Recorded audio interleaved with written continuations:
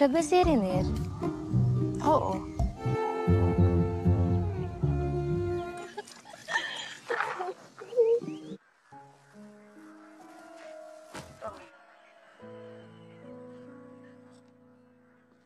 Gusto mong tikman? Sige.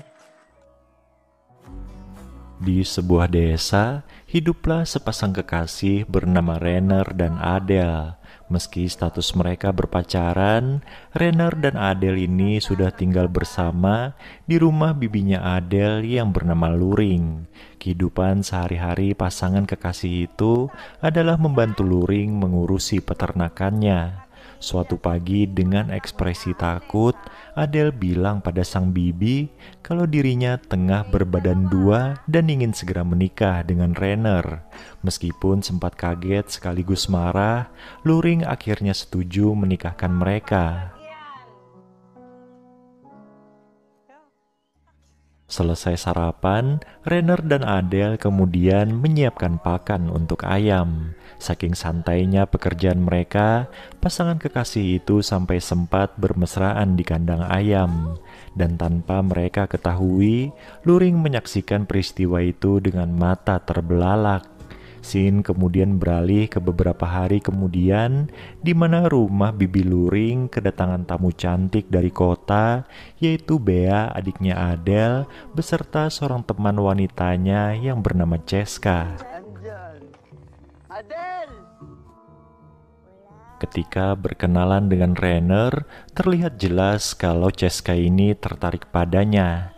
Selesai berkenalan dan cipika-cipiki, Luring kemudian mengajak Adele, Bea, dan juga Ceska ngobrol-ngobrol santai di halaman belakang. Pada Ceska, Luring menjelaskan kalau almarhum ayahnya Adele dan Bea adalah adik kandungnya. Jadi setelah Adele dan Bea menjadi yatim piatu, Luring memutuskan untuk mengasuh mereka. Ternyata diam-diam, Renner juga tertarik pada Ceska. Dari mulut Adele, ia pun mendapat informasi kalau Ceska dan Bea merupakan teman seapartemen sekaligus satu kerjaan. Suatu malam, Renner, Adele, Bea, dan juga Ceska ngobrol sambil minum-minum di depan peternakan. Di sana, Ceska bertanya pada Adele kenapa ia tidak merantau ke kota saja padahal masih muda. Selain takut dengan kejamnya kota, Adele juga betah tinggal di desa karena damai dan udaranya segar. Kala itu, Renner juga membeberkan kalau dulu ia pernah bekerja sebagai penari tanpa pakaian. Setelah dibujuk-bujuk oleh Bea dan Ceska, Renner pun akhirnya bersedia memamerkan tariannya. Berhubung tubuhnya sudah dikuasai oleh minuman, Adele pun segera mengajak Renner untuk mojok berduaan. Nah, ketika pasangan itu sedang memadu kasih, Bea dan Ceska yang ditinggal malah ikut-ikutan bermesraan. Mendengar suara mencurigakan dari luar rumahnya, Luring pun keluar menuju peternakan di mana sumber suara itu berasal. Dan betapa terkejutnya Luring ketika menyaksikan Renner dan Adele kuda-kudaan di dalam kandang, sementara di kandang lainnya ada Bea dan Ceska sedang bergesekan. Tidak cukup sampai di situ, Renner kemudian pergi ke kandangnya Bea dan Ceska, lalu bermesraan dengan keduanya. Luring yang syok hanya bisa meminta ampunan kepada Tuhannya. Suatu sore, Luring, Adele, dan Bea pergi berkeliling desa dengan menggunakan mobil. Mereka meninggalkan Ceska di rumah karena ia bilang sedang tidak enak badan. Ternyata itu semua hanyalah akal-akalan Ceska agar dirinya bisa bermesraan dengan Renner. Untungnya ketika Luring, Adele, dan Bea pulang ke rumah, Renner dan Ceska sudah selesai menuntaskan misinya.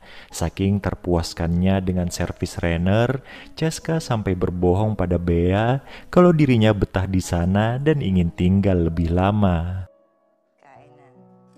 Ketika makan malam bersama, Luring menasehati Adele yang sebentar lagi akan menikah.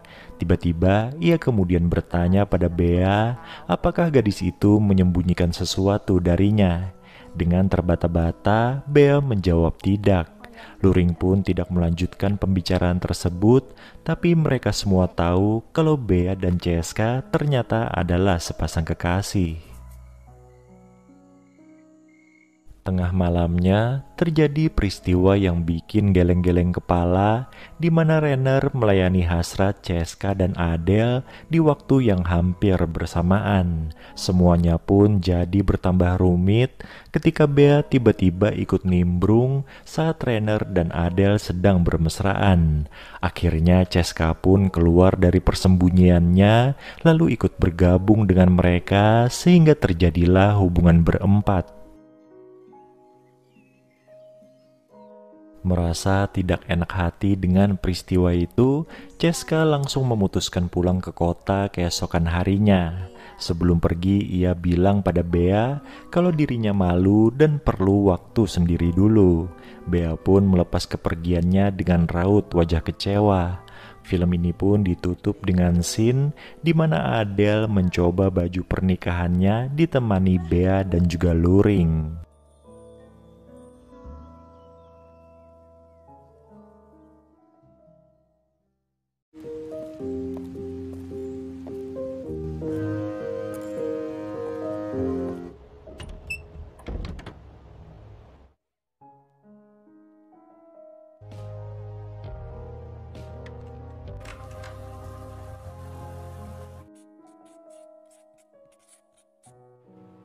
Perkenalkan, gadis cantik ini namanya Luisa.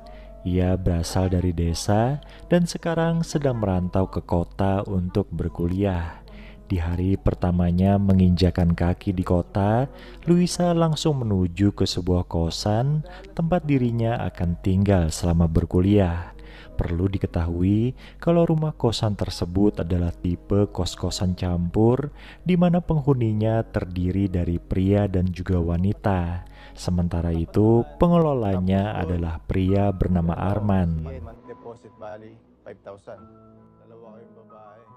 Kebetulan saat Luisa datang, Arman ada urusan sebentar sehingga gadis cantik itu pun dipersilahkannya untuk berkeliling kosan seorang diri. Nah, pada saat itulah Luisa melihat sebuah adegan menegangkan di mana sepasang muda-mudi sedang bermesraan di dalam kamar. Bukannya memalingkan wajah, Luisa justru mengamati aktivitas dua orang itu dengan tatapan iri.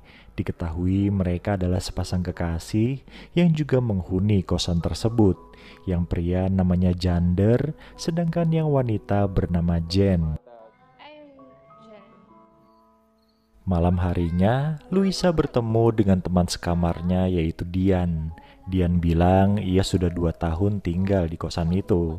Di sana, gadis yang punya tai lalat di dagunya itu memberikan informasi tentang para penghuni kosan. Selain pasangan kekasih Zander dan Jen, ada 2 pemuda lainnya yaitu Jeff dan Edric. Rata-rata mereka adalah mahasiswa tahun kedua. Dian juga sempat menyinggung soal Jen yang pemarah serta cemburuan pada Zander. Semenjak dirinya melihat adegan mesra-mesraan antara Zander dan Jen, Luisa jadi sering berimajinasi melakukan hal yang sama. Dan suatu hari, kesempatan itu muncul di mana Arman tanpa sengaja memergoki Luisa sedang meraba-raba dirinya sendiri di kamar mandi. Luisa pun segera menarik Arman hingga akhirnya mereka melakukan perbuatan tidak senonoh. Setelah selesai, mereka berdua pun sepakat untuk merahasiakan hal yang terjadi barusan. Ternyata setelah melakukan perbuatan tadi, hasrat Luisa justru makin menjadi-jadi.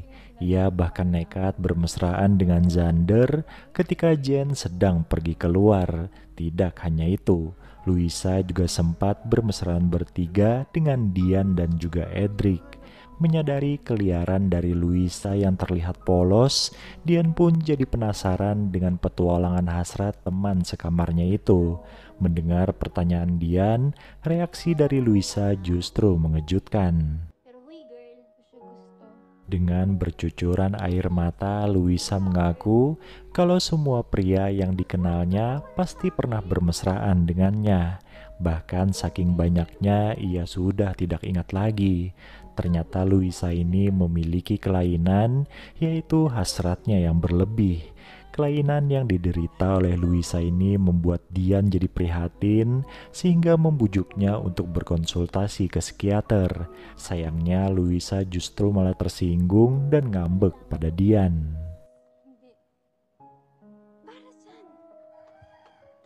Makin kesini, Louisa makin sulit mengendalikan hasratnya. Dan pada akhirnya ia mulai terbawa arus hasratnya itu hingga berulang kali melakukan perbuatan tidak senonoh dengan para pria di kosannya.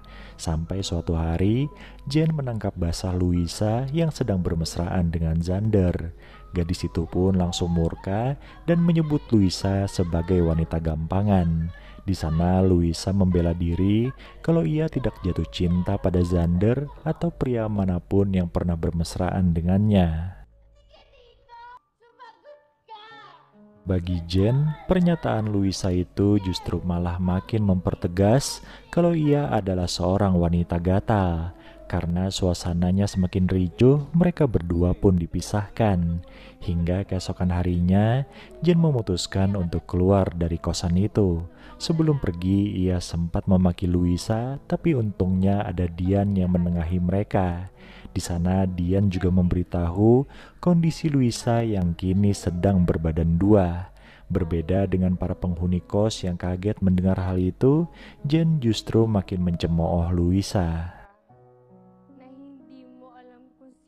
Ia bilang kalau itu adalah karma bagi Louisa. Memangnya enak hamil tanpa tahu siapa ayah dari anaknya. Setelah kepergian Jane, Louisa pun menyusul keluar dari kosan tersebut. Selain karena kehamilannya, ia juga sudah merasa tidak nyaman tinggal di sana. Louisa pun memutuskan untuk pulang ke kampung halamannya dan mulai berkonsultasi ke psikiater dengan ditemani oleh Dian. Film ini pun ditutup dengan scene di mana Louisa mulai berdamai dengan dirinya sendiri serta kehamilannya.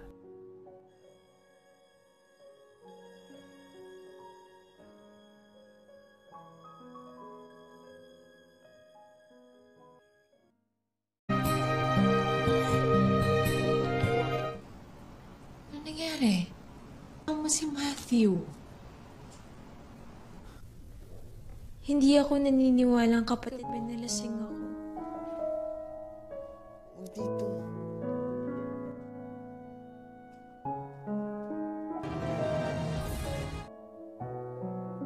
Perkenalkan, ia adalah Domeng. Domeng ini merupakan sosok pria yang dikenal banyak orang di kampungnya. Suatu hari terjadilah sebuah peristiwa mengenaskan di mana Domeng dihabisi oleh orang tidak dikenal. Dengan berlinang air mata, anaknya Domeng yang bernama Matthew memeluk tubuh kaku sang ayah. Tidak lama kemudian, datanglah seorang pria bernama Robert yang merupakan teman dari Domeng. Meskipun hatinya juga hancur, Robert tetap berusaha tegar dan menyabarkan Matthew. Sejak itu, Matthew menjadi yatim piatu dan pada akhirnya Robert mengajaknya untuk tinggal bersama. Dengan kata lain, Matthew diangkat menjadi anak asuh. Robert dan istrinya yang bernama Amanda sangat welcome pada Matthew. Bahkan anak perempuannya yang bernama Mika juga ikut senang. Seiring berjalannya waktu, Matthew menjadi orang dewasa.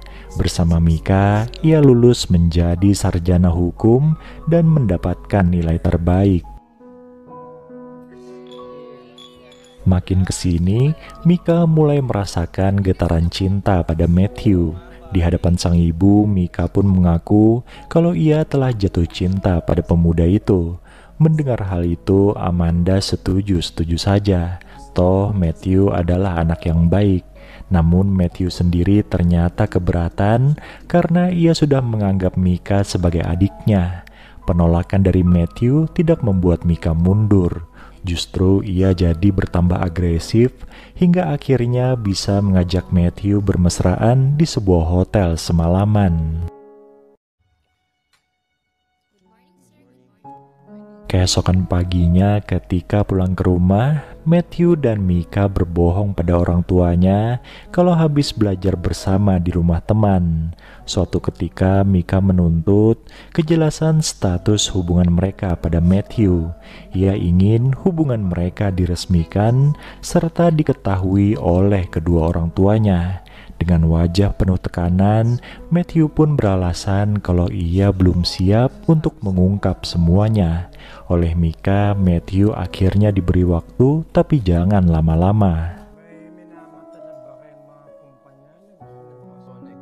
Suatu ketika, saat Matthew mulai mencari pekerjaan, Robert memperkenalkannya pada seorang teman kerjanya. Rencananya, Robert akan mempekerjakan Matthew di perusahaan mereka.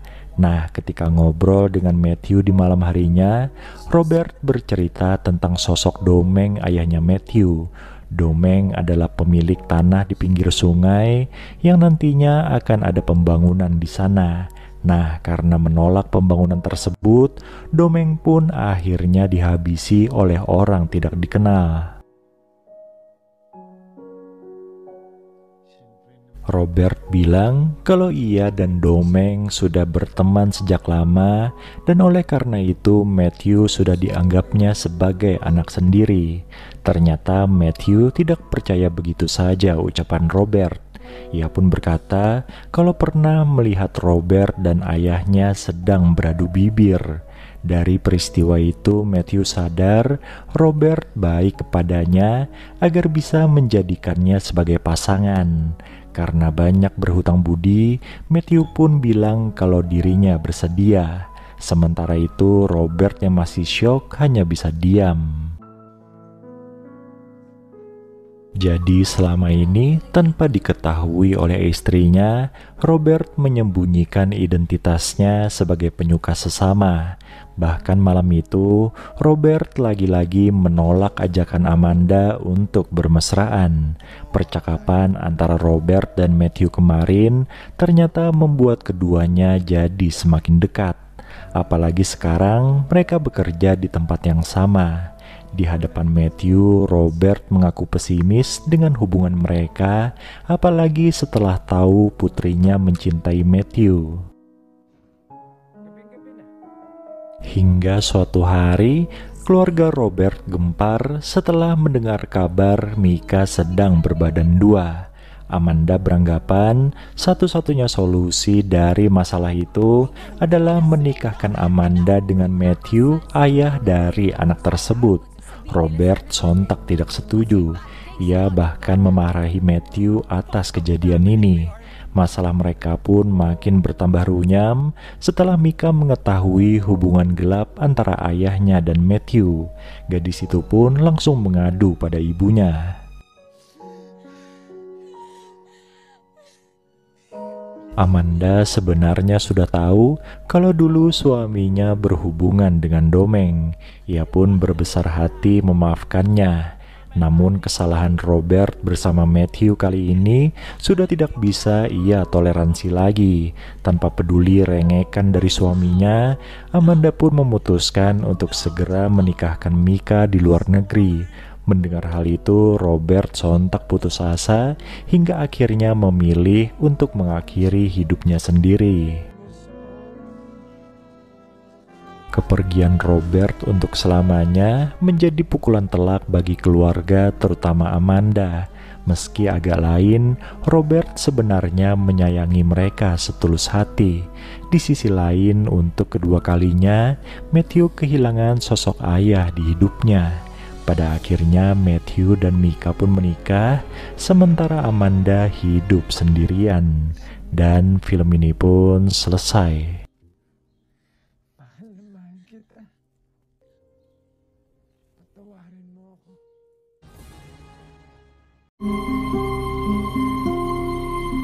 Pakitimpla mo nga ako ng kape. Saan ka pupunta? Magkikita kami na. Hayaan na lang namin yung Hashimoto.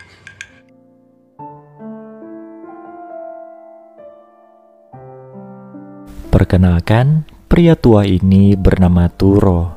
Karena memiliki banyak lahan, ia terkenal sebagai saudagar perkebunan di kampungnya. Hari itu, Turo mendapat telepon dari seorang wanita bernama Vanessa yang ingin memborong buah-buahan dari perkebunannya. Oleh karena itu, mereka pun membuat janji ketemuan dalam waktu dekat. Sementara itu, tanpa sepengetahuan Turo, di rumah anak angkatnya yang bernama Aldoy malah asik bermesraan dengan istri muda Turo. Istri muda itu bernama Cita. Scene pun berlanjut di sebuah kantor polisi di mana seorang atasan sedang bicara serius dengan anak buahnya yang bernama Floyd. Atasan tersebut menyuruh Floyd untuk menyelidiki kasus pencucian uang yang melibatkan seorang wanita bernama Vanessa. Suatu hari, Aldoy membujuk Cita untuk bekerja sama menghabisi Turo. Berhubung Cita ini dinikahi Turo secara sah, maka apabila pria tua itu tiada, Cita akan mendapatkan seluruh hartanya. Sementara Aldo yang hanya anak angkat tidak akan mendapat apa-apa. Malam harinya, Turo datang menemui Vanessa di sebuah kafe. Bukannya banyak bertanya tentang buah-buahan, Vanessa ini malah sibuk merayu Turo. Sementara Turo sendiri yang dasarnya memang pria mata keranjang, happy-happy saja digoda oleh wanita cantik seperti Vanessa. Meski tahu Turo sudah memiliki istri, Vanessa tetap nekat mengajak pria tua itu bermesraan. Tanpa sepengetahuan Turo dan Vanessa, dari tadi polisi Floyd sudah mengawasi mereka. Keesokan paginya, Aldoy memanas-manasi Cita yang sedang kesal karena suaminya tidak pulang ke rumah kemarin malam. Aldoy bilang Turo pasti sedang bersama wanita lain. Apa yang Aldoy bilang ternyata benar. Di perkebunan miliknya, Turo sedang bersama dengan Vanessa. Setelah bercerita tentang keluarganya, Turo kembali mengajak Vanessa bermesraan di area perkebunan itu. Tidak jauh berbeda, di rumah Aldoy dan Cita ternyata juga melakukan hal yang sama. Kepulangan Turo beserta Vanessa ke rumah itu sontak membuat Aldoy dan Cita kalang kabut. Sementara Cita menyambut suami dan tamunya di ruang tamu, Aldoy memilih bersembunyi di kamar mandi. Setelah memperkenalkan dirinya sebagai pemborong buah-buahan milik Turo, Vanessa pun meminta izin ke kamar mandi. Di sana ia terkejut melihat Aldoy, namun anehnya Vanessa malah patuh ketika Aldoy mengajaknya bermesraan. Setelah itu, Vanessa keluar dari kamar mandi dan menyantap makan siang buatan Cita bersama dengan Turo. Nah, ketika mereka lengah, Cita mengeluarkan Aldoy dari kamar mandi. Karena tahu Turo dan Vanessa akan segera pergi, Aldoy dan Cita pun diam-diam masuk ke dalam mobil yang akan dipakai dua orang itu. Rencananya Aldoy dan Cita akan membuntuti mereka. Tak seberapa lama, mobil tersebut berhenti di area perkebunan. Beberapa menit setelah Turo dan Vanessa keluar dari mobil, Cita dan Aldoy pun menyusul mereka. Ternyata kecurigaan itu terbukti. Dengan mata kepalanya sendiri, Cita menyaksikan suaminya berselingkuh. Wanita cantik itu pun mengambil pisau dengan niat melukai Turo dan Vanessa. Beruntung dua peselingkuh itu berhasil selamat setelah Aldoy dan warga menghentikan Cita. Malam harinya, Turo meminta maaf pada Cita. Dengan segepok uang, ia merayu sang istri agar mau menerimanya kembali. Sementara itu, di sebuah penginapan, polisi Floyd berhasil meringkus Vanessa yang sedang bersama Aldoy dan satu pria lainnya. Ketika Floyd bertanya di mana semua uang milik Vanessa, wanita itu pun menjawab sudah ditukar dengan buah-buahan Turo. Floyd kemudian menyuruh Vanessa untuk membawa Turo ke hadapannya. Setelah dihubungi Vanessa, Turo pun meminta izin pada Chita untuk keluar rumah. Namun baru beberapa langkah ingin pergi, Turo tiba-tiba terjatuh dan meninggal. Ternyata Chita sudah mencampurkan racun pada suguhannya untuk Turo. Karena tidak kunjung datang, akhirnya Vanessa menelepon Turo, namun panggilan tersebut diangkat oleh Chita. Chita bilang Turo telah meninggal karena serangan jantung. Mendengar hal itu, Aldoy dan Vanessa langsung pergi ke rumah Turo. Dan benar saja, Turo sudah tidak bernyawa. Tanpa rasa curiga sedikit pun, Aldoy dan Vanessa meminum air di rumah itu yang ternyata sudah dicampur racun oleh Chita. Mereka berdua pun akhirnya menyusul kepergian Turo. Ternyata semua itu sudah direncanakan oleh Chita dan juga Floyd. Dengan bermodal semua uang milik Turo, mereka berdua melarikan diri ke kota lain dan film ini pun selesai.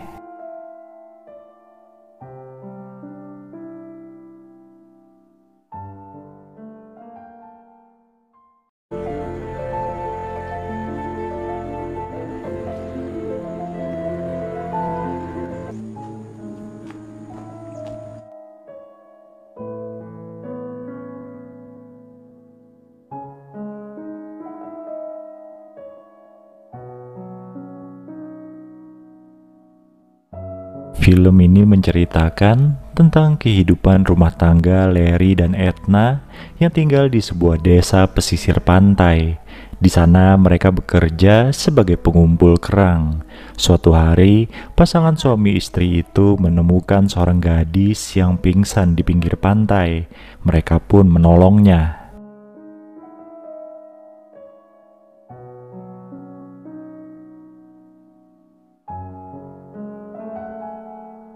Singkat cerita, Edna mengizinkan gadis bernama Amy itu untuk tinggal bersama agar bisa menemaninya di rumah.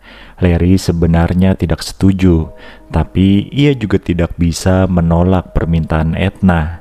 Seiring berjalannya waktu, hubungan antara Edna dan Amy semakin dekat. Edna menganggap Amy sebagai saudara kandungnya sendiri, tapi lambat laun Edna mulai tidak nyaman karena Larry dan Amy menunjukkan gelagat yang mencurigakan.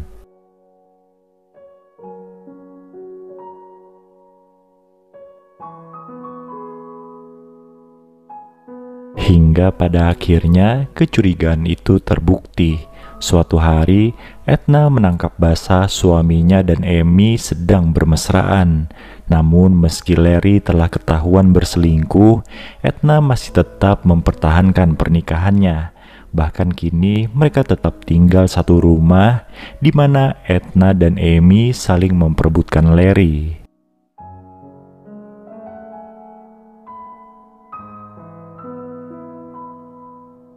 Larry kemudian membuat aturan, siapa yang diberinya handuk, maka dialah yang akan tidur dengan Larry.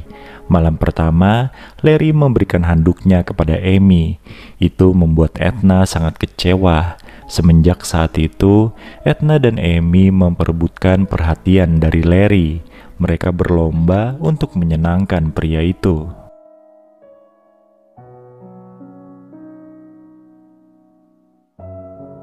Waktu pun berlalu, Larry sepertinya kini sudah mulai bosan dengan Amy. Ia pun mulai memilih Edna. Apalagi setelah Edna hamil, sehingga mendapatkan perhatian lebih dari Larry. Hal ini membuat Amy menjadi sangat cemburu.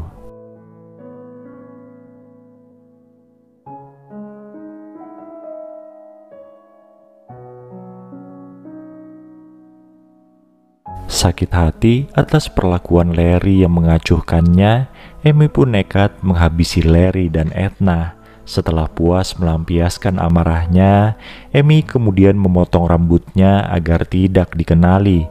Ia pun pergi dari rumah itu. Di perjalanan, Amy tanpa sengaja bertemu dengan seorang pria yang nampaknya akan menjadi korban berikutnya, dan film ini pun selesai.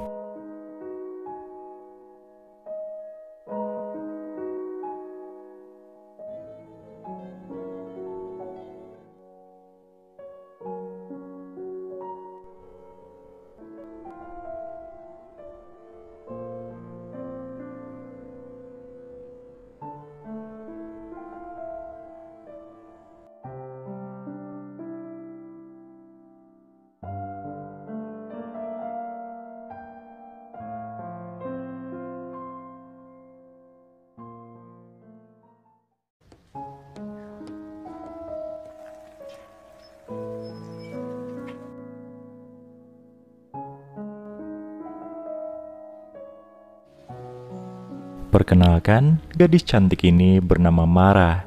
Ia adalah seorang yatim piatu yang tinggal di sebuah rumah sederhana bersama adik laki-lakinya yang bernama Ethan. Saat itu Mara berkuliah di jurusan keperawatan, sedangkan adiknya masih duduk di bangku SMA. Untuk membiayai kehidupan mereka, Mara dan Ethan membuka stand kecil-kecilan di depan rumah yang menjual makanan serta minuman. Oleh pacarnya Mara, mereka diberi modal untuk membuka usaha itu. Sore harinya, Mara curhat tentang masalah hidupnya pada seorang teman wanitanya. Sang teman pun menyarankan agar Mara mengikuti jejaknya sebagai peliharaan om-om. Namun semua itu dikamuflasekan sebagai pekerjaan mengasuh pria paruh baya yang tentunya kaya raya. Singkat cerita, Mara pun bersedia menggeluti pekerjaan itu, dan di hari berikutnya ia sudah menemukan klien yang cocok hasil rekomendasi dari temannya.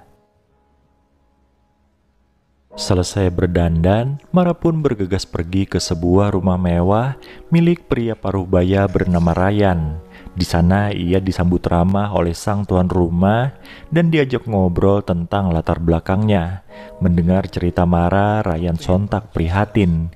Ia pun balas bercerita tentang statusnya yang menduda serta umurnya yang sisa 6 bulan sampai 1 tahun lagi. Ternyata Ryan ini punya penyakit yang serius. Merasa cukup dengan basa-basinya, Ryan pun mengajak Mara untuk bermesraan. Setelah melayani Ryan, Mara langsung menemui teman wanitanya di sebuah diskotik. Di sana mereka berpesta untuk merayakan kesuksesan Mara di hari pertamanya bekerja. Mara tidak menyangka kalau ia bisa mendapatkan om-om segagah Ryan. Nah, saat Mara sedang joget sendirian dalam keadaan mabuk, ia dipepet oleh seorang pemuda. Pemuda itu pun memanfaatkan kondisi tersebut dengan mengajak Mara mojok berduaan dan melayani hasratnya. Karena merasa cocok dengan servisnya Mara, Ryan pun memilihnya untuk jadi peliharaan. Kini tugas Mara bukan hanya melayani Ryan di atas ranjang, tapi juga menyiapkan makanan untuk pria itu dan lain-lainnya. Bahkan tidak jarang, Mara menginap di rumah mewah itu. Suatu hari rumah itu kedatangan seorang pemuda yang ternyata adalah anak kandung Ryan. Mara sontak kaget karena ternyata anak Ryan yang bernama Joseph itu adalah pemuda yang sempat bermesraan dengannya di diskotik kemarin. Magkakilala pala kayo? Situasi tersebut membuat Mara jadi kurang nyaman sehingga ia memiliki niatan untuk pensiun dini dari pekerjaannya. Niatan itu kemudian Mara sampaikan kepada adiknya. Di sini Ethan hanya tahu jika Mara bekerja sebagai pengasuh orang tua pada umumnya. Ia pun menyayangkan keputusan Mara dan berniat akan menggantikannya sebagai pengasuh Ryan. Mendengar hal itu, Mara sontak ketakutan dan membatalkan niatnya untuk berhenti bekerja. Suatu hari, Ryan menyuruh pengacaranya untuk datang ke rumah. Saat itu Ryan ingin mengubah isi surat wasiatnya di mana Joseph tidak akan mendapatkan hartanya sama sekali. Ryan geram karena selama ini Joseph hanya mabuk-mabukan saja dan tidak mau bekerja. Mendengar hal itu, Joseph yang dari tadi mencuri dengar sontak emosi. Meskipun Joseph berjanji akan berubah, Ryan sepertinya sudah bulat dengan keputusannya. Di sudut hatinya yang terdalam, Joseph sebenarnya naksir dengan Mara.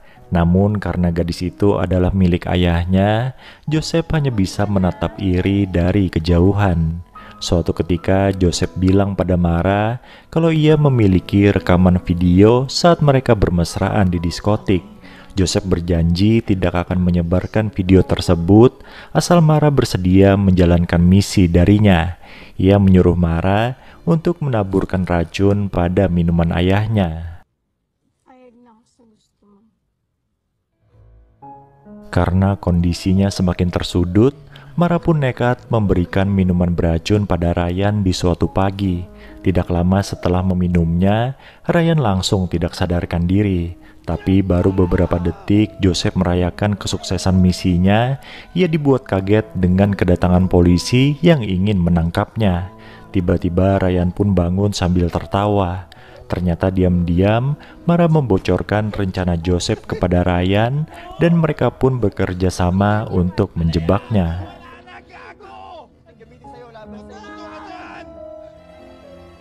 Scene kemudian beralih ke beberapa bulan kemudian di mana Ryan ternyata sudah meninggal dunia. Di rumah mewah itu, Mara diberitahu pengacara Ryan kalau ia mendapatkan semua harta dari pria kaya itu. Bagi Ryan, seluruh hartanya tidak akan mampu membalas kebahagiaan yang telah Mara berikan di hari-hari terakhirnya. Dan film ini pun selesai.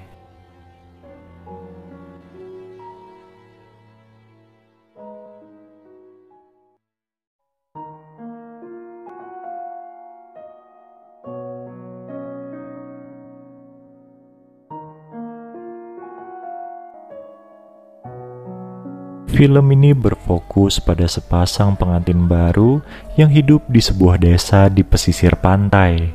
Si suami bernama El adalah seorang nelayan, sedangkan istrinya yang bernama Susan bekerja sebagai pegawai negeri sipil. Beberapa bulan setelah menikah, mereka dianugerahi seorang bayi laki-laki. Tapi naasnya bayi tersebut meninggal dunia selang beberapa menit setelah dilahirkan.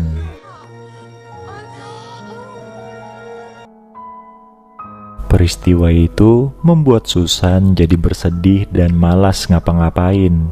Ia tidak bekerja karena masih dalam masa cuti melahirkan. Oleh sebab itu, El pun memutuskan untuk menemani Susan di rumah saja. Padahal biasanya ia sangat rajin melaut. Suatu hari, ketika mood Susan sudah membaik, El mengajaknya untuk mandi bersama karena sudah beberapa hari Susan tidak mandi. Di sana mereka bermesraan, bahkan sampai beberapa ronde. Selain menenangkan Susan yang selalu teringat bayi mereka, El juga harus menanggung beban ekonomi keluarga kecil itu. Apalagi akhir-akhir ini perolehan ikan mereka sangatlah sedikit. Suatu sore, El dan Susan menikmati pemandangan dari pinggir pantai. Di sana Susan mengungkapkan rasa bangganya pada El yang selalu setia padanya. Susan pun berseloroh, ia akan tahu El berselingkuh dari aroma tubuh suaminya itu. Tak seberapa lama, datanglah Abi, adiknya Susan, yang ikut nimbrung dengan mereka. Di saat Susan sudah mulai bekerja, El malah mendapat musibah. Ia tertipu sebuah koperasi simpan pinjam di mana El menginvestasikan uangnya.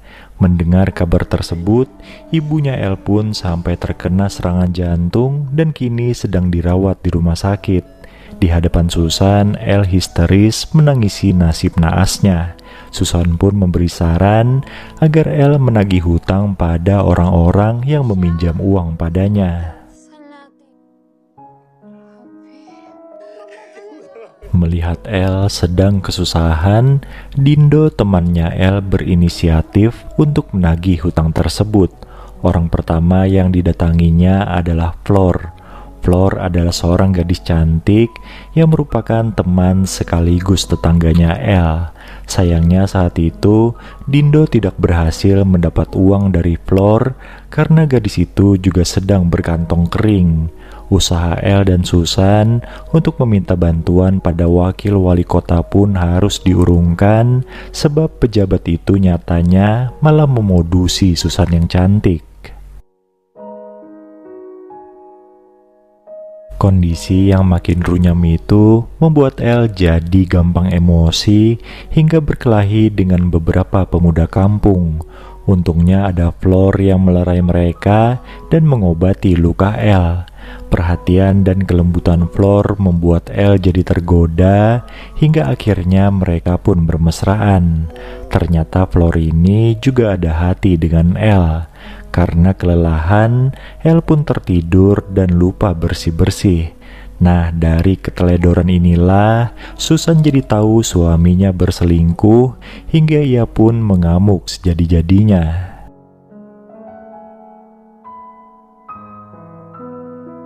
Keesokan paginya, Susan yang tidak ingin kecolongan lagi memutuskan untuk berhenti bekerja agar bisa mengawasi suaminya. Tanpa sadar, Susan juga keliru menuduh Abi adiknya sendiri yang telah berselingkuh dengan El. Di tengah kebangkrutan dan keterpurukan mereka, El dan Susan pun berbaikan lewat hubungan badan. Mereka sepakat mengurung diri di rumah dan terus-menerus bermesraan. Hingga akhirnya mereka saling menyakiti satu sama lain sampai meninggal bersama-sama.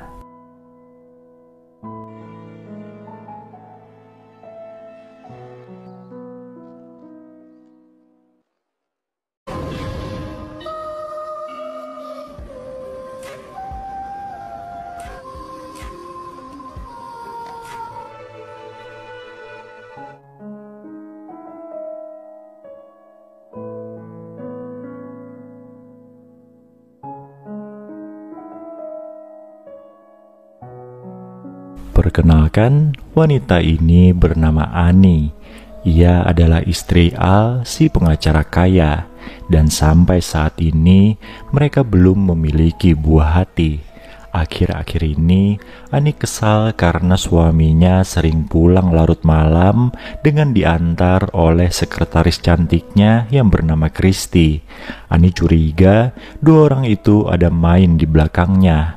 Hal itu diperkuat dengan kebohongan suaminya yang berkata kalau ia akan menghadiri konferensi di Bali bersama mitra bisnisnya. Padahal Ani tahu betul jika Kristi sang sekretaris akan ikut ke acara itu. Oleh karena itu, Ani pun diam-diam pergi ke Bali untuk memergoki suaminya. Namun sesampainya di sana, Ani tidak berhasil menemukan suaminya itu dan malah berkenalan dengan pria bernama El yang juga berasal dari Filipina. Setelah Ani curhat tentang permasalahannya dengan sang suami, El pun menawarkan jasanya untuk membuntuti pria itu. Akhirnya karena terpengaruh suasana romantis di Bali, Ani dan El bermesraan layaknya sepasang suami istri yang sedang bulan madu di sana. Malam harinya, dengan membawa beberapa lembar foto berisi kegiatan Al di Bali, El pun melaporkan pada Ani kalau sebenarnya suaminya itu tidak berselingkuh. Diam-diam Ani menyesal karena pada akhirnya dirinya lah yang berselingkuh dari Al. Meski begitu, Ani juga tidak sanggup menolak ajakan El untuk pergi berwisata keliling Bali sebelum mereka pulang ke Filipina dan berpura-pura tidak pernah mengenal satu sama lain. Bahkan di malam harinya, mereka menyempatkan diri untuk bermesraan.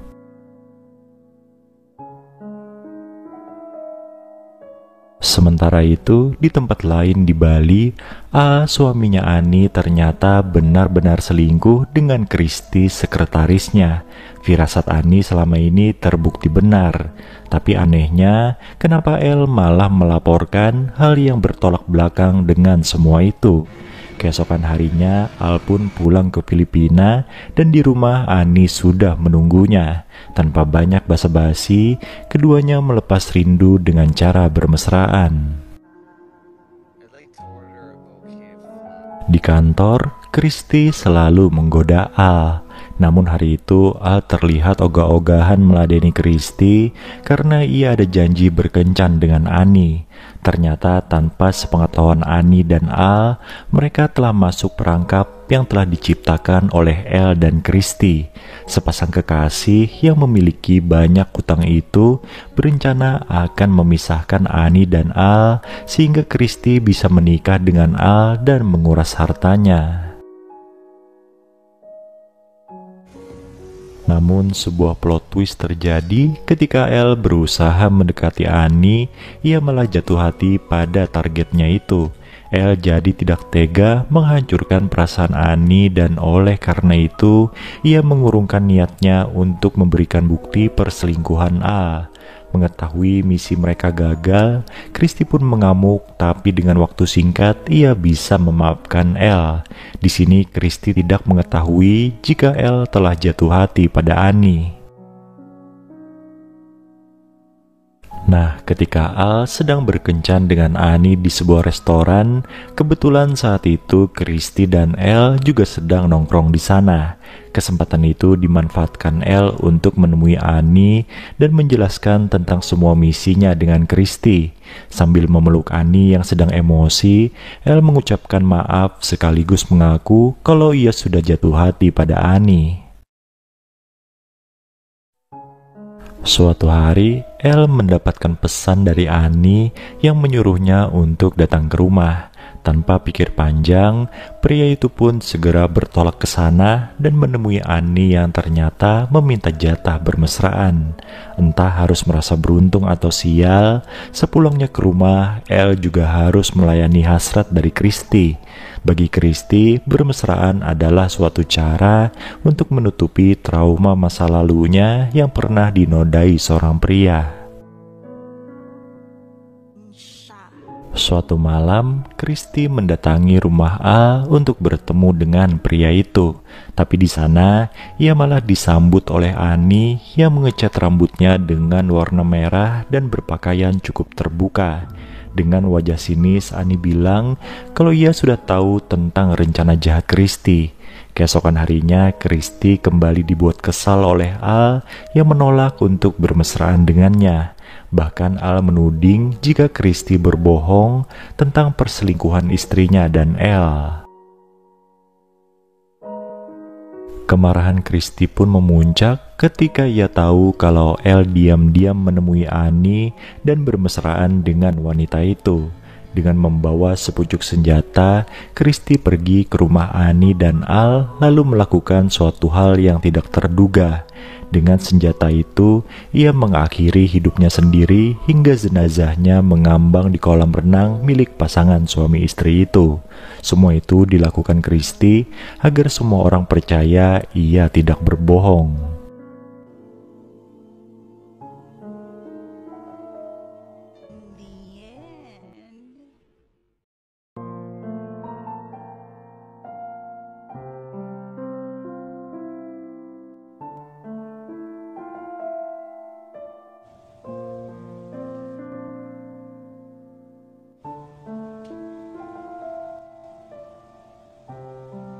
Film ini akan berfokus pada seorang istri bernama Joyce. Beberapa bulan setelah menikah dengan pria bernama Marcus, Joyce harus menerima kenyataan pahit di mana suaminya itu jatuh sakit dan sekarang dalam kondisi koma. Dikarenakan biaya rumah sakit sangatlah mahal, Joyce pun memutuskan untuk merawat suaminya di rumah saja. Diketahui kalau Joyce ini bekerja sebagai penyanyi di sebuah bar dan suaminya hanyalah tukang tato. Di tempat yang berbeda diperlihatkan seorang wanita cantik dan kaya raya bernama Astrid.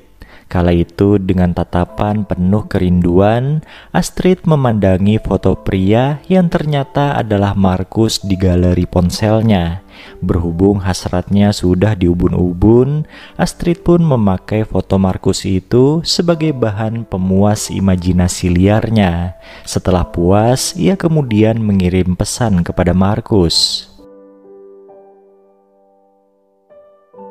Joyce yang saat itu sedang memegang ponsel Markus sontak terkejut karena ada wanita yang menghubungi suaminya dan mengajak ketemuan di hotel. Karena penasaran, Joyce pun membalas pesan tersebut dengan ajakan bertemu di rumahnya saja. Selang beberapa menit kemudian, Astrid tiba di rumah itu dan langsung disambut dengan perlakuan kasar dari salah satu temannya Joyce. Di sana Astrid dikasih paham kalau Markus sedang koma. Dengan ekspresi syok, wanita itu pun meminta maaf, kemudian bergegas pergi dari tempat itu. Di perjalanan pulang, Astrid terkenang kebersamaannya dengan Markus. Penghasilan Markus sebagai tukang tato ternyata tidak cukup untuk menghidupi rumah tangganya dengan Joyce, dan oleh karena itu, tanpa sepengetahuan sang istri, Markus menjual jasa layanan ranjangnya kepada wanita lain. Nah, salah satu wanita itu adalah Astrid. Saking terpuaskannya dengan layanan Markus, Astrid ini sampai jatuh cinta kepadanya. Sebenarnya, pekerjaan Joyce sebagai penyanyi di bar tidak disukai Markus karena istrinya itu sering digoda para pria hidung belang di sana. Namun tabungan mereka yang semakin menipis memaksa Joyce untuk bertahan pada pekerjaan itu.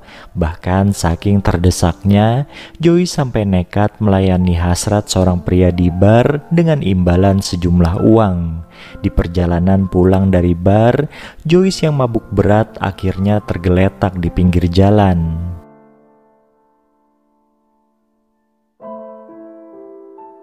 Untungnya saat itu ada Astrid yang kebetulan lewat dan mengantar Joyce pulang ke rumah. Setelah Joyce sadar, Astrid pun mengungkapkan kalau dirinya pernah berjanji pada Markus akan menjaga Joyce apabila terjadi sesuatu yang tidak diinginkan. Jadi Astrid ini adalah orang yang pertama tahu tentang penyakitnya Markus dan membiayai seluruh pemeriksaan kesehatan Markus sebelum koma. Bahkan Astrid pula yang memberi modal pada Markus untuk membuka usaha tato. Karena tahu betul kalau Markus sudah berjuang keras untuk bisa menafkahi Joyce, Astrid pun menasehati Joyce agar tidak menyerah menunggu kesembuhan Markus. Mulai dari hari itu, Astrid memberi bantuan dana untuk perawatan Markus serta menyuplai makanan sehari-harinya Joyce. Berhubung semua kebutuhan hidupnya sudah terpenuhi, Joyce pun menolak untuk melayani hasrat pria di bar. Penolakan itu sontak membuat si pria jadi emosi dan nekat ingin menodai Joyce secara paksa. Untungnya saat itu ada Astrid yang dengan sigap melindungi Joyce. Ternyata selama ini ketika Joyce melayaninya, pria di bar itu diam-diam telah merekam perbuatan mereka. Nah, kekesalannya pada Joyce saat itu akhirnya ditumpahkannya dengan cara menyebarkan rekaman tersebut di internet. Selain harus menghadapi rasa malu dengan tersebarnya video itu, Joyce juga kehilangan pekerjaannya di bar.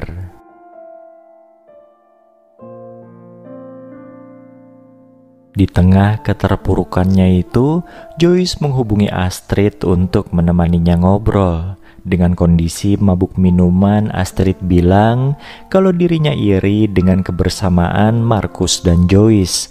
Terlihat jelas Markus sangat mencintai Joyce. Makin malam, curhatan dua wanita itu pun makin dalam hingga akhirnya mereka terbawa suasana dan bermesraan. Keesokan paginya sebelum Astrid pulang dari rumahnya, Joyce berpesan agar mereka melupakan kejadian kemarin malam.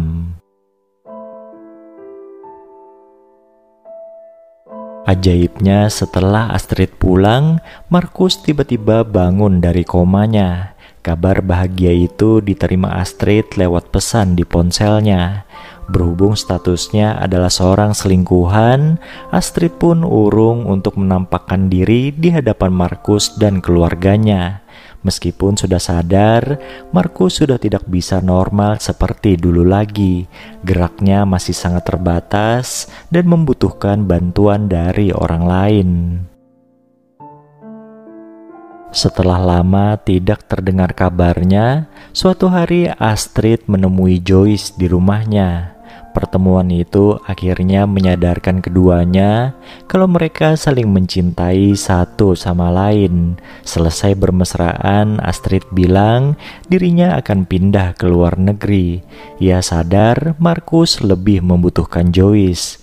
Di akhir film diperlihatkan Joyce yang kembali bernyanyi di bar lain ditemani oleh Markus, sedangkan Astrid memulai hubungan baru dengan wanita lain.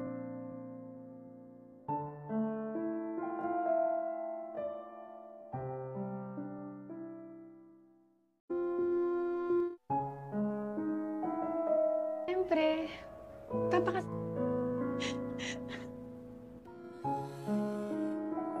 Film dibuka dengan memperlihatkan sekumpulan tentara yang sedang latihan. Salah seorang di antara mereka bernama Michael. Michael ini mempunyai kekasih bernama Abby yang baru saja dilamarnya. Dengan perasaan senang dan bahagia, lamaran Michael itu pun diterima oleh Abby. Saking euforianya, mereka berdua sampai melakukan hubungan layaknya suami istri. Keesokan harinya, Michael mendapat kabar bahwa ayahnya mengalami serangan jantung dan sekarang ada di rumah sakit. Namun Michael nampak cuek karena hubungannya dengan sang ayah kurang baik setelah ibunya meninggal dunia. Setelah dinasihati oleh Abby, akhirnya Michael pun bersedia pergi ke rumah sakit. Ngomong-ngomong, ayahnya Michael ini bernama Roldan. Beberapa hari kemudian, setelah kondisi sang ayah membaik, Michael membawanya kembali ke rumah lama mereka. Michael dan Abby pun memutuskan untuk tinggal serumah bersama Roldan agar mereka bisa merawatnya bersama-sama. Suatu pagi, saat Michael sedang duduk santai sendirian, Roldan menghampirinya seraya mengucapkan maaf atas ketidakbecusannya sebagai seorang ayah. Sambil menangis sesenggukan, Michael pun memberi pelukan pada ayahnya itu.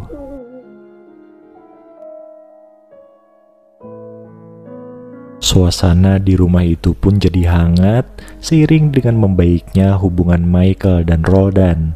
Suatu hari, Michael dan rekan-rekannya dibebankan sebuah misi oleh sang komandan untuk menangkap penjahat yang sangat berbahaya. Sang komandan pun berpesan sebelum berangkat mereka harus berpamitan dulu dengan keluarga masing-masing.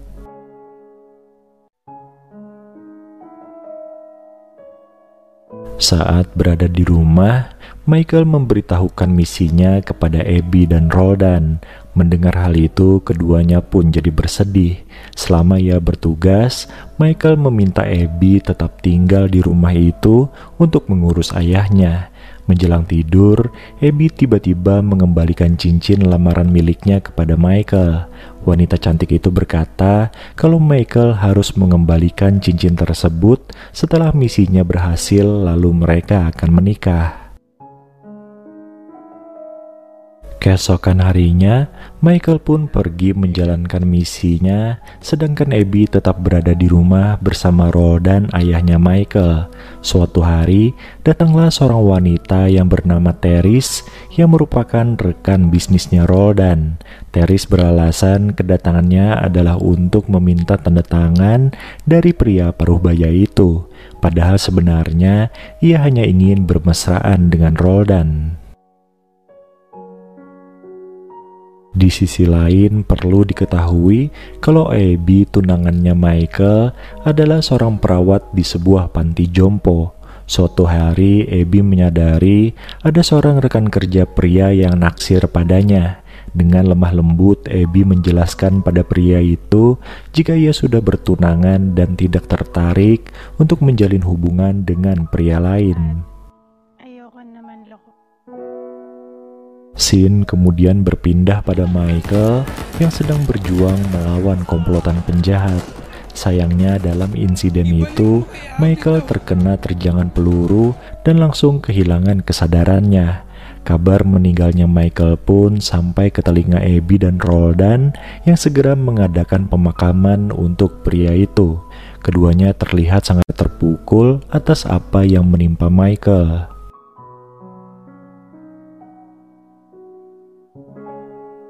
Di tengah kesedihannya, Abby pun memutuskan untuk pergi dari rumah itu karena merasa sudah tidak ada yang ditunggunya lagi.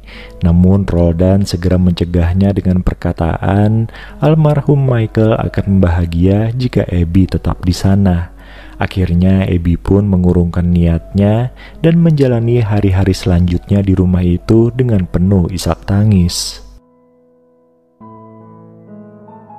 Seiring berjalannya waktu, Abby dan Roldan yang sama-sama kehilangan kini saling menguatkan.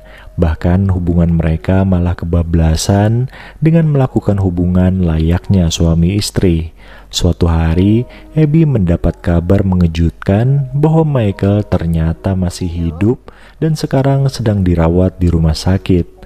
Mengetahui fakta tersebut, Abby dan Roldan seperti menerima kabar baik sekaligus kabar buruk. Setelah kondisi Michael agak baikan, mereka pun membawanya pulang ke rumah. Meskipun selamat dari insiden itu, Michael ternyata mengalami trauma. Sampai-sampai ketika bermesraan dengan Abby, Michael hampir saja menghabisi tunangannya itu. Di sisi lain, Teris yang jengkel pada perubahan sikap Roldan padanya, lantas berusaha mempengaruhi mental Michael. Ia bilang kalau Abby telah berselingkuh dengan pria lain.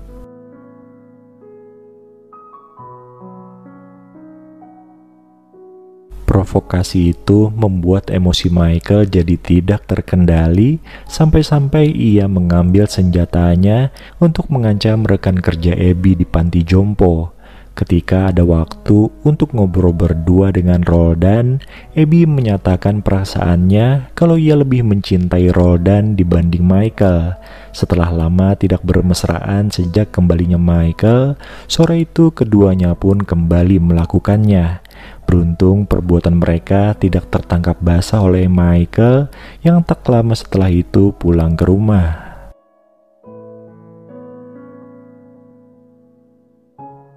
Malam harinya saat mereka makan bersama, Michael tiba-tiba menodongkan senjata pada Abby dan Roldan. Ternyata tadi sore Michael melihat perbuatan tidak senonoh dua orang itu. Saking sakit hatinya, Michael sampai ingin menghilangkan nyawanya sendiri. Scene kemudian maju ke depan, di mana ketiga orang itu sudah hidup sendiri-sendiri. Suatu hari, Roldan mendatangi rumah kos Michael dan memberikan surat dari Abby. Dengan berurai air mata, Michael membaca surat tersebut yang berisi permintaan maaf serta sedikit nasihat. Akhirnya film ini pun ditutup dengan scene di mana Michael mengunjungi Roldan yang kembali dirawat di rumah sakit.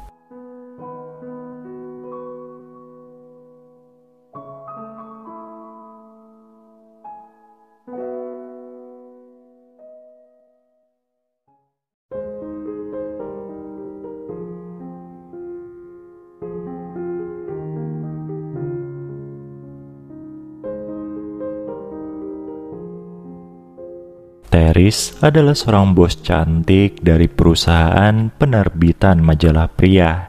Ia memiliki sahabat bernama Madi yang juga bekerja sebagai asisten di kantornya.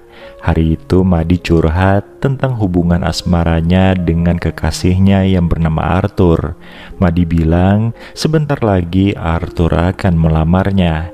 Kabar baik itu jelas membuat Teris ikut senang. Tapi saat Madi bertanya tentang hubungan Teris dan mantannya, tiba-tiba wanita cantik itu pingsan.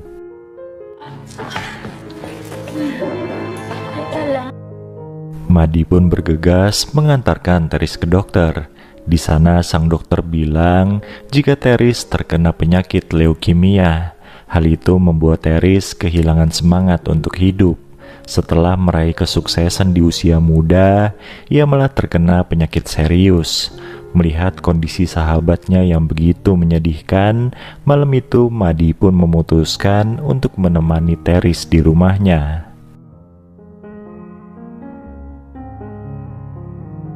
Keesokan harinya, Teris tiba-tiba meminta Madi untuk mengenalkannya dengan beberapa pria. Teris berpikir setidaknya sebelum meninggal dunia, dirinya ingin menikmati hidup dengan bersenang-senang sekaligus mencari jodoh.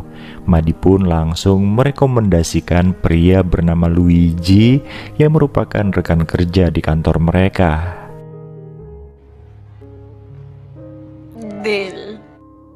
Besok paginya, Teris langsung menemui Luigi dan tanpa basa-basi mereka pun bermesraan. Untuk merayakan peristiwa barusan, Teris dan Madi minum-minum di sebuah bar. Di sana Madi memberitahu Teris jika ia telah menghubungi pria bernama Aris untuk berkencan dengannya. Selain itu, Madi juga mengingatkan kalau Teris tidak boleh bermesraan lebih dari 1 kali dengan pria rekomendasinya, karena hal itu akan membuat para pria baper. Beberapa hari kemudian, Teris pun akhirnya berkencan dengan Aris. Di sana Aris yang pandai merayu langsung mengajak Teris untuk melipir ke apartemennya.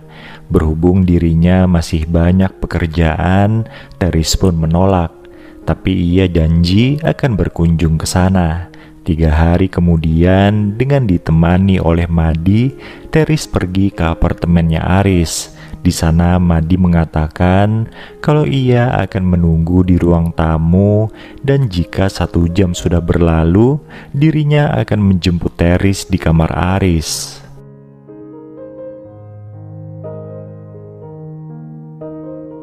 Setelah berbasa-basi sebentar, Teris dan Aris langsung beradu peluh di atas ranjang.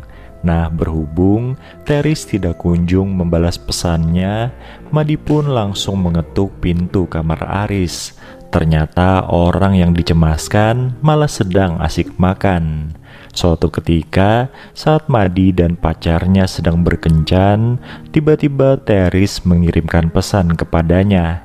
Dengan perasaan tidak enak hati pada Arthur, Madi pun meminta izin untuk menemui Teris. Di hadapan Madi, Teris berkeluh kesah tentang dirinya yang rindu pada mantannya. Dan untuk menenangkan sahabatnya itu, Madi pun memberinya sebuah pelukan. Namun siapa sangka, pelukan itu membuat mereka jadi kebablasan dan malah saling grepe satu sama lain. Semenjak peristiwa itu, Madi jadi bimbang dengan perasaannya terhadap Arthur. Puncaknya, setelah Madi memikirkan matang-matang, ia pun menolak lamaran Arthur. Bahkan Madi sampai memutuskan pria itu agar bisa menjalin hubungan dengan Teris. Kabar baik pun didapat oleh Teris ketika tahu dirinya tidak terkena leukemia.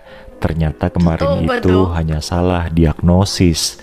Dan film ini pun ditutup dengan scene di mana tanpa malu-malu Teris dan Madi meresmikan hubungan mereka di hadapan para karyawan di kantor.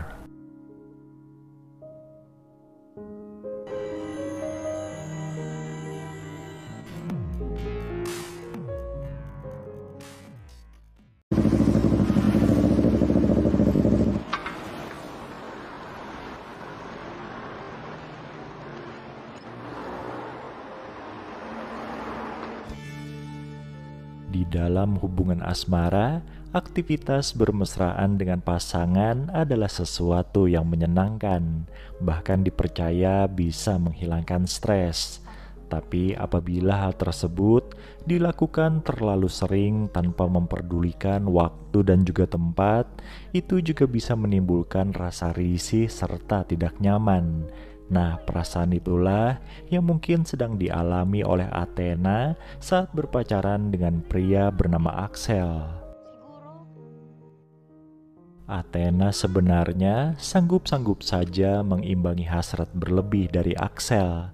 Tapi apabila pacarnya itu sudah memaksanya bermesraan di tempat umum, jujur ia sangat keberatan. Selain tidak nyaman, Athena juga takut kepergok orang. Suatu hari, apa yang ditakutkan Athena pun terjadi, di mana ia dan Axel kepergok bermesraan di tempat pijat refleksi.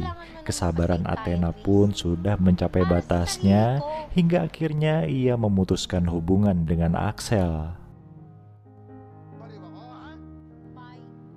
Sejak putus dengan Athena, Axel nampak uring-uringan dan susah move on. Namun semua itu seolah lenyap setelah berkenalan dengan gadis bernama Nika. Nika ini adalah seorang selebgram dan mereka tanpa sengaja bertemu di sebuah kafe saat gadis itu sedang mempromosikan tempat tersebut. Di awal perkenalan mereka, Axel sudah langsung naksir dengan Nika. Dan ternyata gadis itu juga merasakan hal yang sama.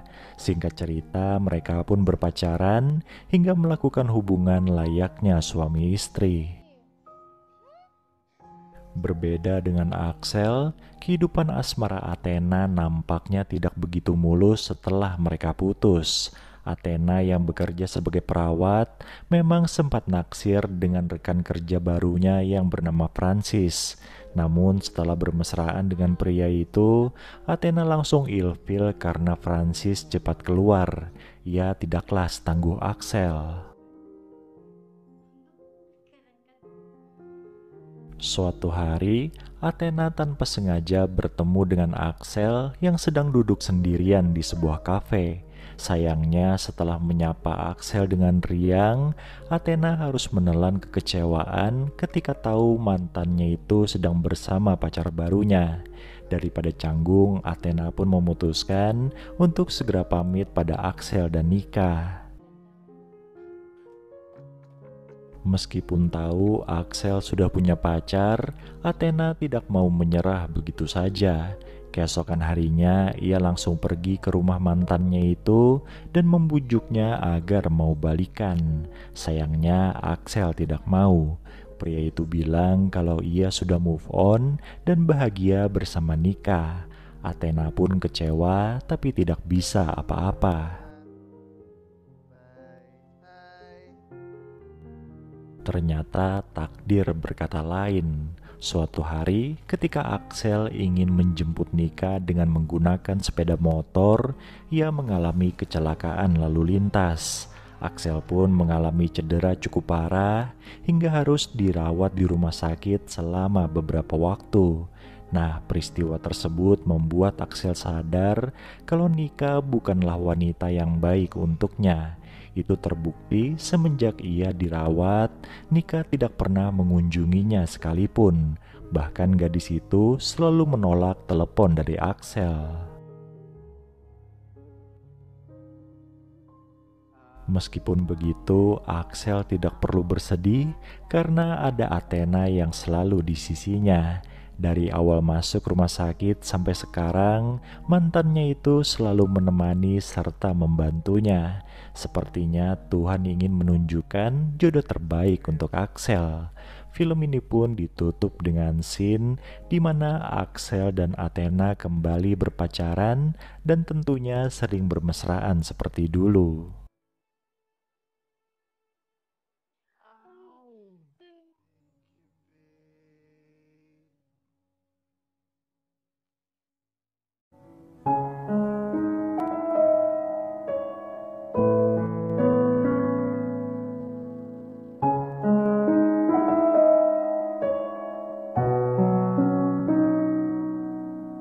Namanya Brenda. Sudah 6 tahun, ia bekerja sebagai agen call center di sebuah perusahaan penyedia tenaga kerja. Meski sudah bekerja dengan sangat baik, Brenda tidak kunjung mendapat kenaikan jabatan. Ia pun merasa heran kenapa posisi staf senior yang diincarnya selalu didapatkan oleh para wanita yang kinerjanya tidak lebih baik darinya. I hope everybody in your team talks like her. Di perusahaan itu, Brenda menjalin kasih dengan seorang agen call center pria bernama Phil. Suatu hari, di area rooftop kantor mereka, Phil mengabarkan pada Brenda kalau ia akan dipindahkan ke jam kerja di pagi hari. Brenda pun sontak kesal karena mereka tidak akan bisa lagi ketemuan di kantor. Di sana, Phil menenangkannya dengan berkata kalau hal itu akan berlangsung selama 3 bulan saja. Setelah itu, ia akan bekerja secara normal lagi.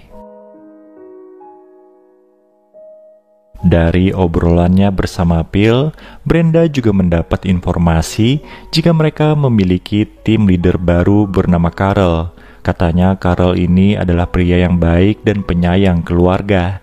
Karena penasaran, Brenda lantas mengecek media sosial milik pria itu. Di sana banyak postingan berisi foto Carl bersama istri dan 2 anaknya. Suatu hari, Brenda datang ke ruangan kerja Carl untuk wawancara posisi staf senior yang diincarnya. Saat itu dari cara bicara dan gaya berpakaiannya, Brenda nampak ingin memikat tim leader barunya itu.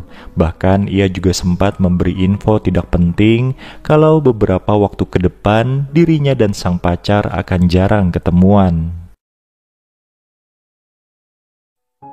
Setelah sesi wawancara dengan Brenda usai, Carl pun memanggil calon pelamar lain bernama Andrea. Nah, berhubung Carl dan Andrea ini akrabnya terlihat begitu berlebihan, Brenda lantas curiga dan memutuskan untuk mengawasi mereka. Akhirnya kecurigaan itu terbukti, di mana Brenda menyaksikan dengan mata kepalanya sendiri Carl dan Andrea diam-diam bermesraan di sebuah mobil. Apa yang dilihatnya barusan lalu dilaporkan Brenda pada pacarnya. Phil lantas mendapat ide untuk merekam perbuatan Carl dan Andrea secara diam-diam, kemudian menyebarkannya ke email para karyawan. Dengan tersebarnya video itu, Carl lantas mencurigai Andrea sebagai dalangnya. Ia pun mengambil langkah dengan menjauhi gadis itu serta membatalkan kenaikan jabatannya. Nah, saat hati Carl lagi berkecamuk, Brenda pun hadir untuk menggodanya. Dan tidak perlu waktu lama untuk gadis cantik itu hingga bisa mengajak Carl mojok berduaan. Setelah melakukan perbuatan tercela itu, Brenda mengaku menyesal pada Carl. Ia merasa bersalah pada istrinya Carl yang kini sedang hamil anak ketiga mereka. Ironisnya, Carl sendiri tidak merasa seperti itu. Ia malah nampak cuek dengan perasaan istrinya. Bahkan Carl berharap dirinya dan Brenda bisa bermesraan lagi seperti barusan. Karena sudah terlanjur basah, Brenda pun menjalin hubungan gelap dengan Carl. Namun di samping itu, ia masih memberikan jatah bermesraan pada pacarnya. Suatu hari, Phil tiba-tiba datang ke kantor untuk menemui Brenda dan peristiwa itu disaksikan langsung oleh Carl. Merasa cemburu, Carl pun terus mengirim pesan pada Brenda yang saat itu sedang makan bersama Phil. Setelah itu, Brenda langsung menemui Carl di mobilnya dan mereka pun bermesraan di sana. Sementara itu, Phil yang curiga pada gelagat aneh sang pacar lantas membuntutinya dan menyaksikan semua itu. Sadar kalau perbuatan tidak senonohnya ketahuan oleh Phil, Brenda pun langsung meminta maaf sambil menangis. Namun Phil sudah terlanjur kecewa dan akhirnya memutuskan hubungan mereka. Peristiwa barusan sontak membuat pria kardus seperti Karel jadi cemas akan reputasinya sebagai tim leader. Ia pun mulai menjauhi Brenda dan malah mengangkat karyawan lain sebagai staf senior alih-alih gadis itu. Suatu hari dengan maksud membalas dendam, Brenda mengajak ngobrol istrinya Karel yang saat itu sedang berkunjung ke kantor. Ia pun membocorkan hubungan gelapnya dengan Karel hingga membuat istri pria itu murka dan mengasarinya. Selang beberapa hari kemudian, terdengar kabar jika Karel mengundurkan diri. Sementara itu dengan wajah polosnya, Brenda menyebarkan rumor jika Karel yang mendekatinya hingga sang istri jadi cemburu dan mengamuk padanya. Dengan perginya Karel, maka Brenda direkomendasikan untuk mengisi posisinya sebagai tim leader, dan film ini pun selesai.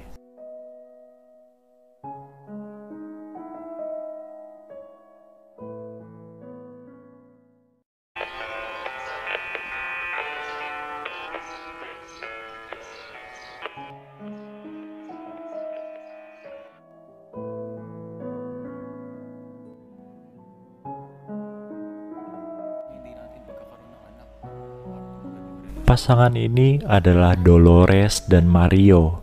Mereka sudah lama bersama sejak 25 tahun lamanya. Tapi sayang, hubungan mereka belum juga menghasilkan anak yang mereka idam-idamkan. Mereka tinggal di lingkungan yang baik, tempat tinggal yang mewah, dan hidup mereka sangat berkecukupan. Terkadang demi mengisi kekosongan waktunya, Dolores live di TikTok. Suatu hari, ketika Dolores dan Mario lagi ngobrol dengan tukang kebun, mereka kedatangan tamu yang tidak lain adalah anak baptis dari Mario, yaitu Spike dan kekasihnya yang bernama Helga. Sudah lama mereka tidak ketemuan. Spike masih menginjak bangku kuliah dan semua biaya ditanggung oleh Mario. Spike mengunjungi Mario karena masih dalam libur semester. Mario tidak keberatan Spike tinggal di sana sementara bersama kekasihnya, tapi dengan syarat mereka harus bertingkah sopan. Namun baru semalam berada di sana, Dolores tanpa sengaja melihat pintu kamar Spike sedikit terbuka. Di sana ia melihat Spike dan Helga sedang bermesraan. Helga berusaha ramah dan akrab dengan Dolores. Ia sudah menganggap seperti kakaknya sendiri. Begitu juga dengan Dolores. Tapi sebaliknya, Dolores melihat sesuatu yang berbeda dari Spike. Masih muda dan masih tangguh. Berbeda dengan Mario yang sudah lemas duluan. Hal itu ternyata juga terjadi pada Mario. Saat ia mengajak Spike dan Helga jalan-jalan ke sawah miliknya, pria itu menyadari kalau Helga sangatlah mempesona. Hingga suatu ketika terjadi sesuatu yang di luar nalar, di mana Helga dan Mario nekat bermesraan di dalam kamar mandi. Sementara itu Dolores yang habis belanja ketemu dengan Spike dan diajak nongkrong di pinggir sawah. Di sini terjadi percikan-percikan yang membuat mereka jadi salting satu sama lain.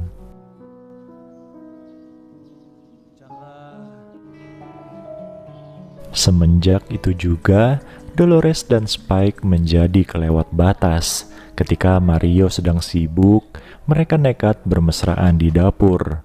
Namun setelah itu, Dolores merasa bersalah. Suatu hari, Dolores pun sadar kalau ia bukanlah satu-satunya orang yang bersalah di rumah itu. Tanpa sengaja, ia menyaksikan suaminya sedang bermesraan dengan Helga. Karena merasa dirinya juga salah, Dolores pun hanya bisa diam.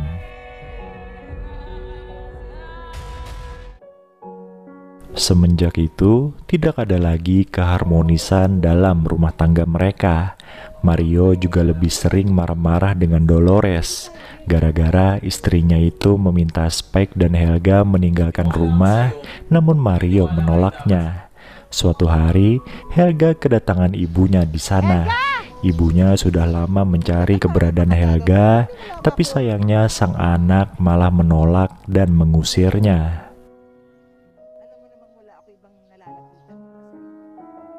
Helga juga sudah mulai berani dengan Dolores. Bahkan ia belak-belakan mengatakan kalau yang seharusnya tinggal bersama Mario adalah dirinya, bukan wanita yang tidak bisa menghasilkan anak seperti Dolores. Lalu suatu malam, mereka mencoba mencairkan suasana. Mario berusaha tidak ada pertikaian di rumahnya. Dan untuk merayakan itu, Spike menyiapkan minuman beralkohol. Alhasil mereka jadi mabuk dan nekat bermesraan dengan pasangan yang berbeda.